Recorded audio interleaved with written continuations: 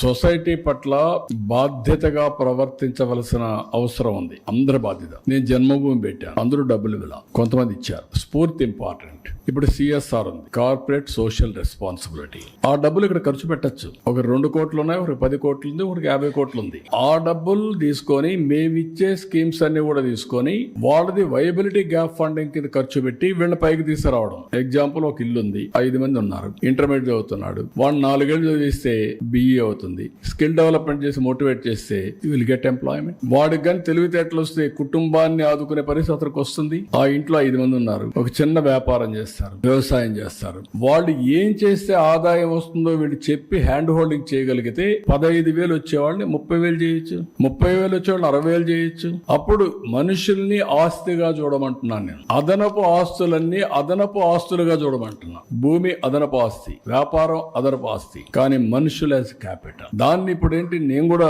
ఒక గ్రామంలో పుట్టాను మా ఊర్లో. నేను అందుకని నేను పోయి చెప్పాను మా ఊర్లో చూసినప్పుడు. ఒకప్పుడు మా ఊర్లో కొండలంతా కూడా చెట్లని కొట్టేసి రాళ్లు కనపడేటి. ఇప్పుడు బ్యూటిఫుల్ గా కనీసం గ్రీన్ కనపడొస్తుంది హిల్ అంతా. రేపు రాబోయే రోజు నేను అది ఊహించుకున్నప్పుడు ఎంత ఆనందం కలుగుతుందంటే, నేను సోలార్ ఇచ్చేసాను అందరికి. 2,200 కుటుంబాలు సోలార్.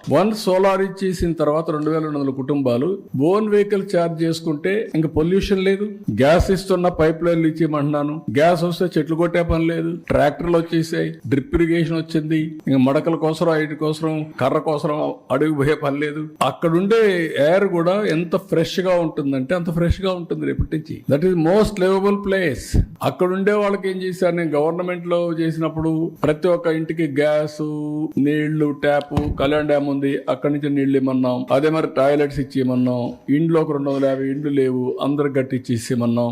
మినిమం నీడ్స్ అది విలేజ్, మినిమం నీడ్స్ అది గ్రామం చేసి ఎకనామిక్ యాక్టివిటీకి వెళ్తున్నాం. ఇక్కడ శ్రీ సిటీ ఉంది, వాళ్ళని ఒక పైలట్ తీసుకోమన్నాం. 1 family 1 entrepreneur, skill development, employment generation, ఇవన్నీ వాళ్ళు చేయమంటున్నా. మొత్తం అక్కడ నేచురల్ ఫార్మింగ్ కి వెళ్ళిపోతున్నాం. మ్యాంగో గార్డెన్ ఉంది, చెట్లు ఇక్కడ డయాగ్నస్, డ్రోన్ పంపించి. ఇప్పుడు పామాయిల్ ఉంది, పామాయిల్ ఏం చేస్తున్నారంటే ఒక డ్రోన్ పంపిస్తారు, అది తిరుగుతా ఉంటుంది. తిరిగిన తర్వాత ఏ చెట్టు అయినా గానీ డిసీజ్ వచ్చినా, వీక్ అయితే, అన్హెల్తీ ప్లాంట్ ఉంటే ఐడెంటిఫై చేసి ఇమీడియట్ చెప్తే అక్కడ టీమ్ వెళ్ళి దాన్ని రెక్టిఫై చేస్తారు real time. That is where technology is a big handy. మీరు గుర్తుపెట్టుకోవాల్సిన పాత రోజుల మారుగా మడకలు దున్నే పని లేదు. అందుకని నేను అంటున్నా, హార్డ్ వర్క్ కాదు స్మార్ట్ వర్క్ చేయండి అని. తెలుగుగా బతికేది నేర్చుకోండి, ఉద్యమాలు చేయడం కాదు అని చెప్తాను. ఉద్యమాలు చేసే రోజులు కూడా అయిపోయినాయి ఇంకా.